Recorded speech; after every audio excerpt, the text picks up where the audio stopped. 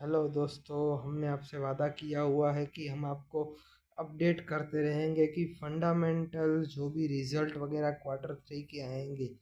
तो हमारे साथ अभी एक रिज़ल्ट आया हुआ है अल्ट्राटेक सीमेंट का। जैसे कि वो क्वार्टर ऑन क्वार्टर बेसिस पे उसका रिज़ल्ट थोड़ा वीक आया है, पर लेकिन वो उसका overall fundamental year and year आपके देखा जाए तो वो एक अच्छी कंपनी है। अल्ट्राटेक सीमेंट को आप लॉन्ग टर्म प्रोस्पेक्टिव से उसके अंदर आप होल्ड करके रख सकते हैं, ताकि एक अच्छा गेन ऑफ रिटर्न आप जनरेट कर सकते हैं इन आवर फ्यूचर्स के लिए।